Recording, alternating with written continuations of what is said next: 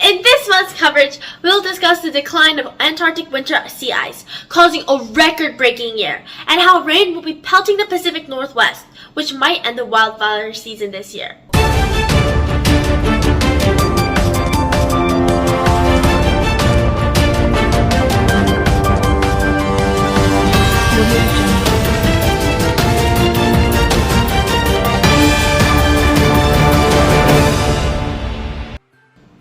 The Earth's southernmost continent is Antarctica, and is known for its extreme cold and unique wildlife.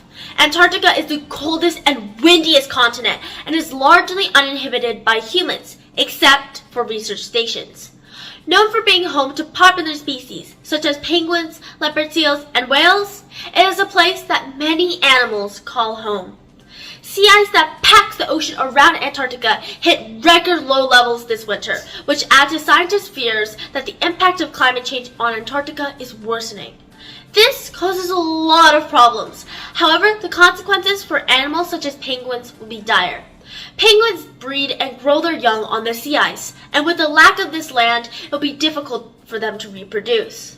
Global warming is also getting worse, since there is not enough ice for sunlight to be reflected by white ice back into space.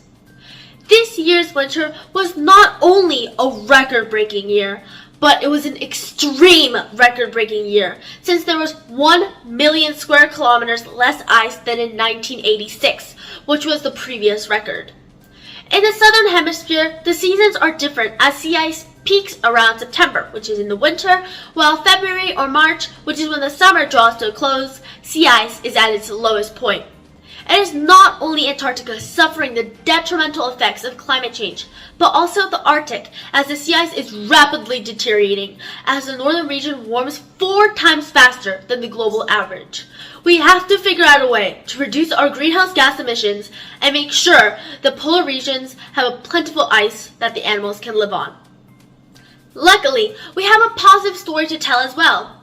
A huge rainfall made its way into the Pacific Northwest on Sunday, which brought several days of heavy rain, hopefully causing the end of the wildfire season in some areas. This was extremely important since this region was suffering from extreme drought. In the Seattle area, nearly an inch of rain fell in 24 hours, which came a few days after the city's utility asked people to conserve water since they were in a region-wide drought. There's no need to worry about flooding in these regions since the drought in the Pacific Northwest is very severe. More than 43% of Washington has been in severe drought or worse, and in Oregon, around 27% of the state qualified for the category. However, forecasters are still concerned as the El Niño winter approaches, and its pattern has contributed to meager snowpacks in the past. If there are storms, climate change aggravates them, since at a warmer temperature, they can hold and transfer more water vapor. Things are looking good, though, for the Pacific Northwest. This has been an AUDREY4CARE Environmental News Report. Thank you for watching. See you in October.